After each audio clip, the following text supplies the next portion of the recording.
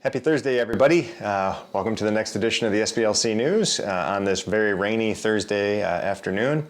I just wanted to make you aware of a few things that have just happened and coming down the pipeline. So first of all, I wanted to let you know that we are partnering with the Houghton Jones Neighborhood Association in Saginaw to do a multi-day cleanup in the area of 11th and Janes. So we're going to have a dumpster out there. Ted's actually going to be out there with Gary Dawkins, who's the president of the board of the Houghton Jones Neighborhood Association. And they're going to be doing a news report that should show up either at the 6 o'clock or the 11 o'clock news tonight on TV 5, I think. Don't quote me on that.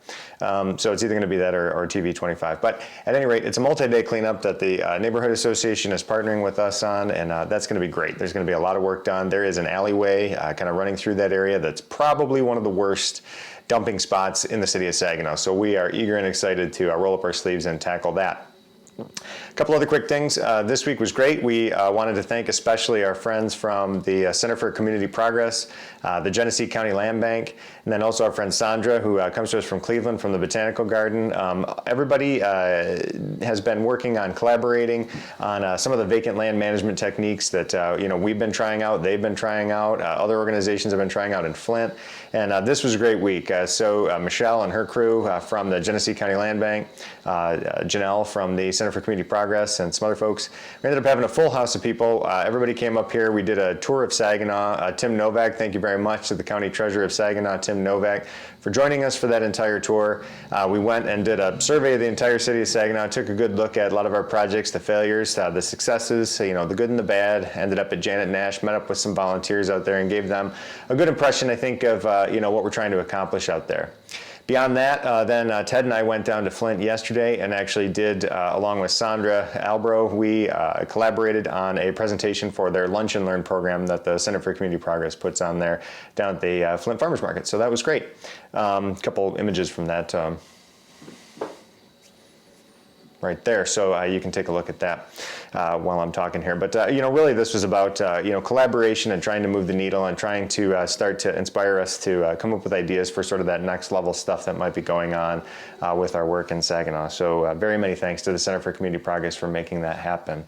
A couple of the quick things. Thank you to SVSU, to Riley and his group of students out there that came and volunteered for us on Tuesday in Saginaw. So that was great. When we were on the tour, we stopped and met up with them. They were on Benjamin, cleaning up a pretty horrendous collection of lots over there, and made a ton of progress filling up a big old dumpster over there. So thanks very much to SVSU. You continue to surprise, impress, and inspire us. So thank you for helping us out there.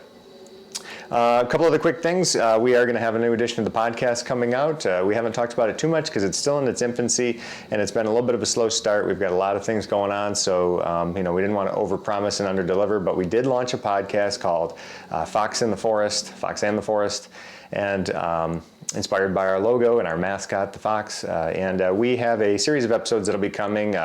Future guest, Tara Welch from Studio 23, about the connection between nature and art. And we'll be talking about the development of the SBLC Artists in Residence program, which is going to be very exciting. So looking forward to that. We are going to do a staff recording this afternoon, so we should have a new episode coming out by the end of the week. So that's going to be great. That'll be our third episode. The first couple, we're just kind of getting ramped up. We've been working hard on grant writing around here for our Riverbend West project, which is in Bay City. You're going to hear all about that in the future. We've talked a little bit about it online, but that's a major effort. Thanks very much to the Department of Eagle, which is the former Michigan DEQ, for working with us and trying to understand the brownfield grant process. And we've also been looking forward for support in the philanthropic space in the region for that project. That's an 8-acre restoration site in Bay City that would become a new waterfront preserve in partnership with the city of Bay City. So let's hope that we're successful there. So that's kind of what we've been working on, what we're busy with here. Everything else is moving along. We're busy in Saginaw. All of our spring planting is now done.